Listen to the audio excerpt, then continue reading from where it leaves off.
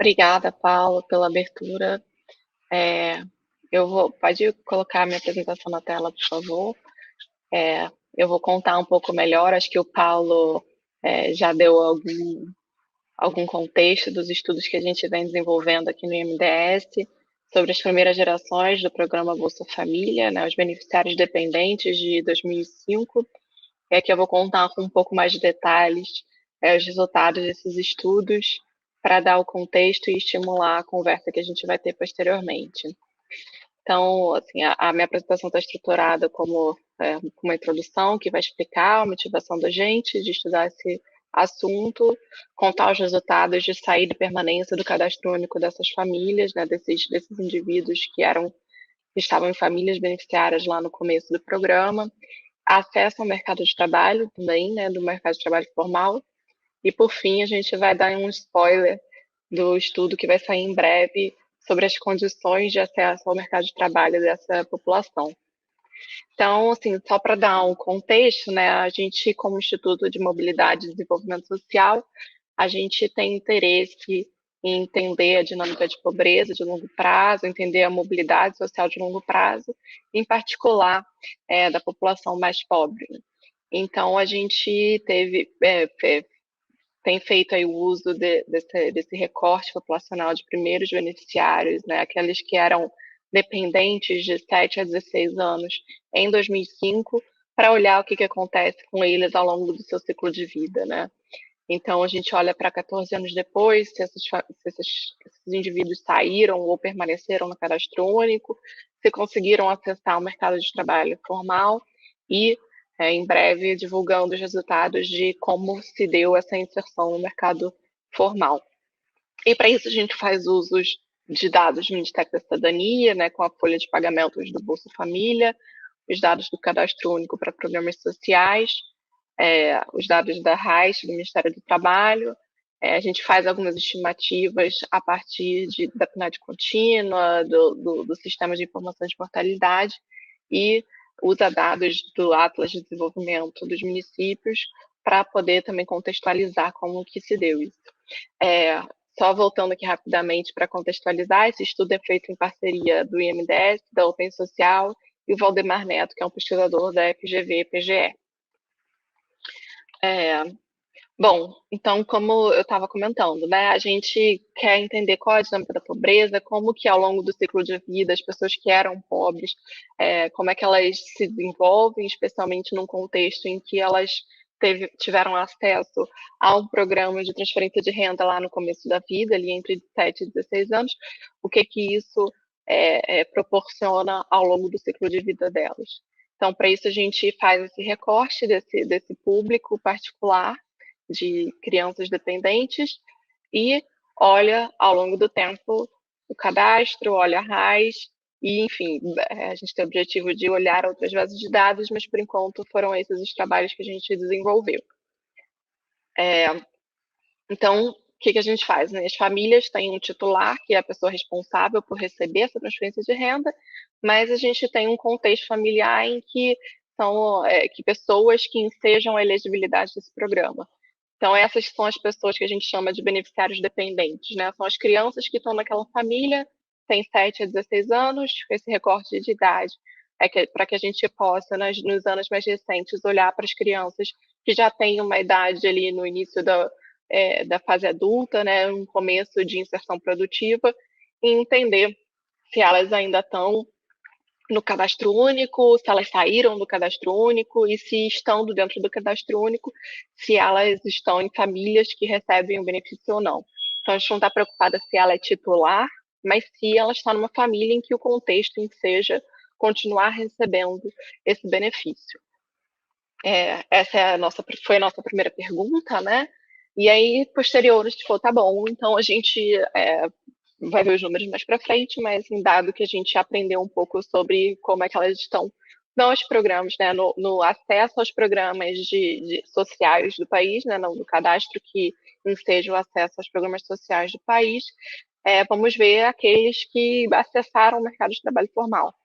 Então, a gente vai ver se aqueles que não acessaram, então, para esses, a gente olha não só para 2019, mas para o período de 2015 a 2019,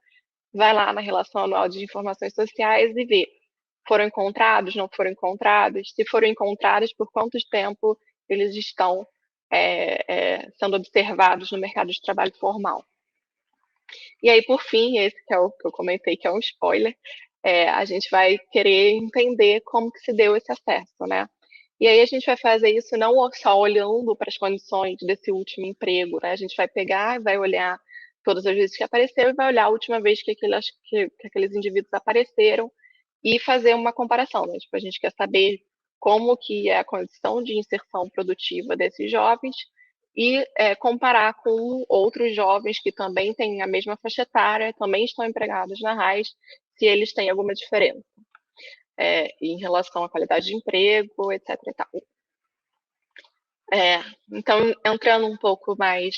na questão da primeira questão de interesse que a gente estudou, a gente está olhando ali para a taxa de saída do Folha, taxa de saída do cadastro único, para tentar entender se esses indivíduos deixaram de atender os requisitos que são estabelecidos para acesso a programas sociais do governo federal. Então, para estar cadastrado no cadastro único, uma família precisa ter renda mensal inferior a meio salário mínimo per capita ou uma renda total familiar mensal que seja inferior a 3 mil. Então, a gente olha para ver se, ao longo do tempo, esses indivíduos que receberam bolsa quando crianças e adolescentes estavam ou não nesse mesmo contexto que estavam no período lá atrás. Então, estar fora do cadastro pode acontecer por razões que são diversas, né? Pode ser que viraram adultos que têm rendas superiores ao limite definido, estão inseridos produtivamente e não precisam mais usufruir de programas sociais, ou eles podem, mesmo estando dentro desses critérios, eles não realizaram a atualização cadastral, não foram novamente a um CRAS para realizar esse cadastro, para atualizar esse cadastro, ou para dizer que estão em uma outra família. E aí, nesse, a gente não tem muito como dizer se é ou não o caso, mas a gente tem evidências aí de que cobertura cadastral não seja um grande problema. E tem indivíduos que nesse período vieram a falecer, né? Claro que a gente está falando de uma população jovem, mas existem os índices de mortalidade nesse período também. E aí, para isso que a gente usa os dados da PNAD e do Sistema de Informação de Mortalidade para fazer uma estimativa dos falecimentos. E aí, o que a gente está olhando aqui para esse primeiro grupo, que a gente chama de taxa de saída do cadastro único, a gente pode ter dois contextos, um que estruturalmente saiu da pobreza, tem baixa probabilidade de voltar para a pobreza, está inserido produtivamente e os riscos de voltar a necessitar de programas de transferência de renda são baixos,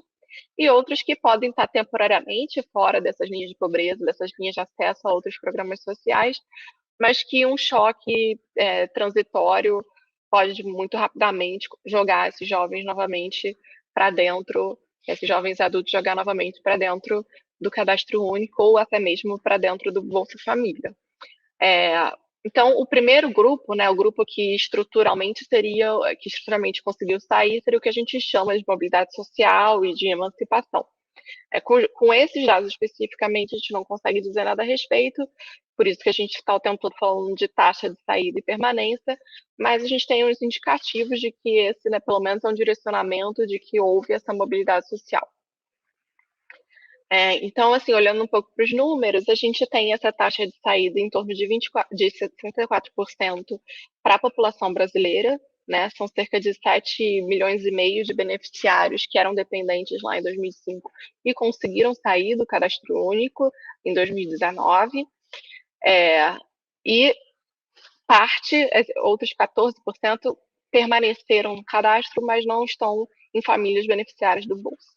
Mas a gente ainda tem uma parcela de 20% que continua sendo beneficiário, né, estão em famílias beneficiárias do programa Bolsa Família, de um universo de 11 milhões e 600 mil beneficiários dependentes em 2005.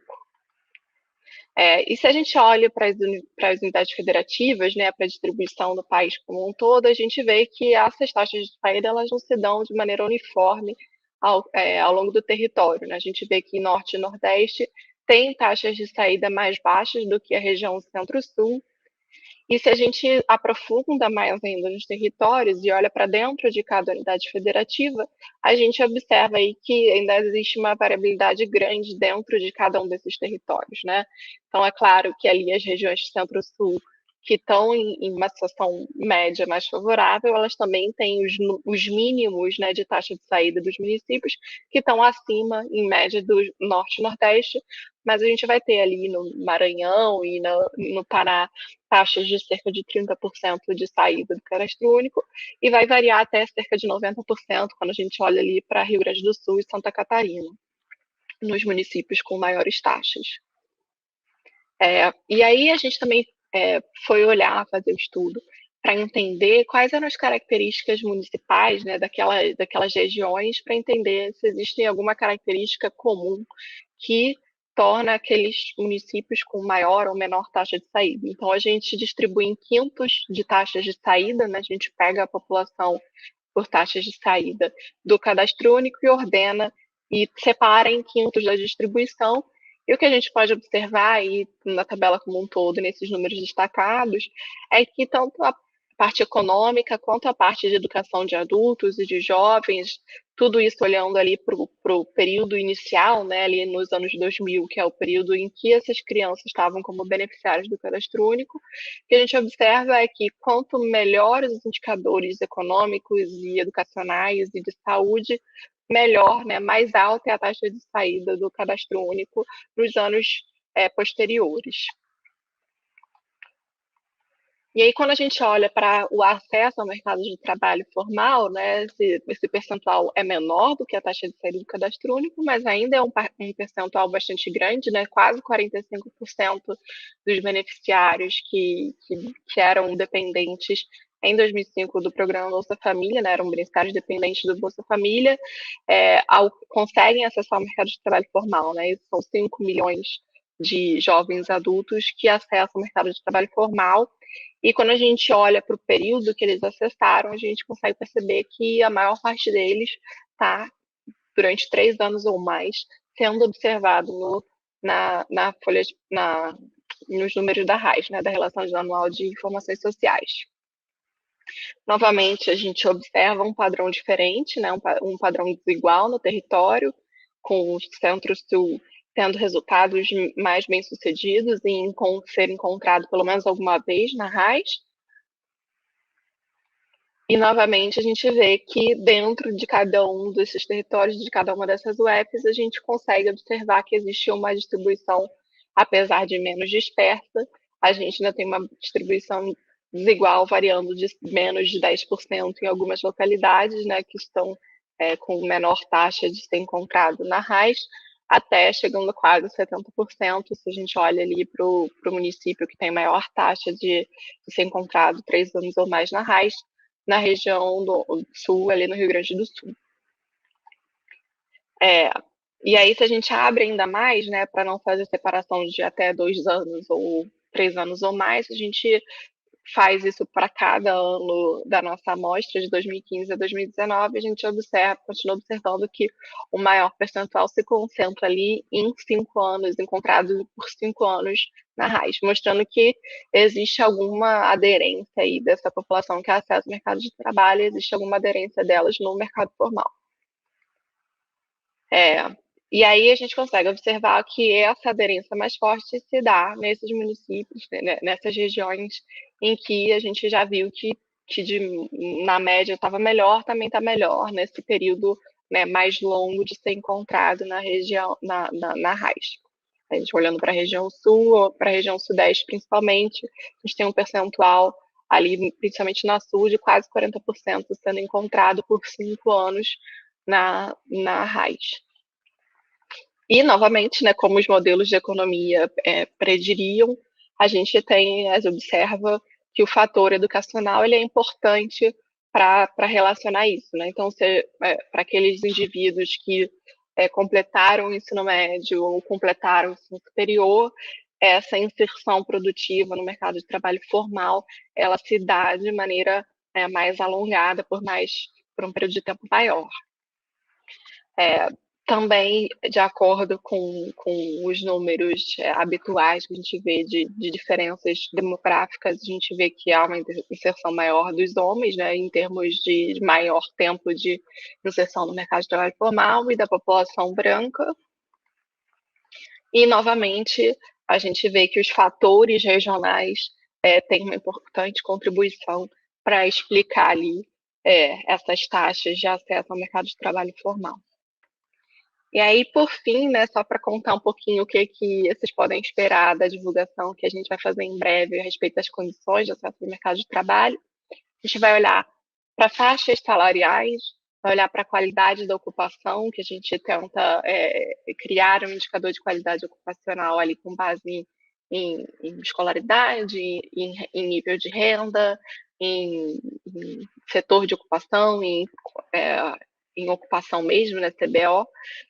tempo no último emprego e porte da empresa, e vai tentar olhar se existem diferenças entre esses grupos de ex-beneficiários e aqueles que nunca receberam o programa. Bom, é isso que eu tinha para contar um pouco dos resultados dos estudos que a gente vem fazendo. Acho que são resultados animadores, né, mas ainda tem uma parcela importante da população que, mesmo depois de 10 anos, continua sendo alvo das políticas sociais. Então, acho que o objetivo aqui da nossa conversa é trazer reflexões sobre o papel da assistência social em agir, né, direcionar as suas ações para esse público-alvo, para tentar, né, facilitar essa inserção produtiva, facilitar essa emancipação de maneira sustentada das famílias que têm mais dificuldade, criando projetos de vida para que elas consigam se emancipar dos programas sociais.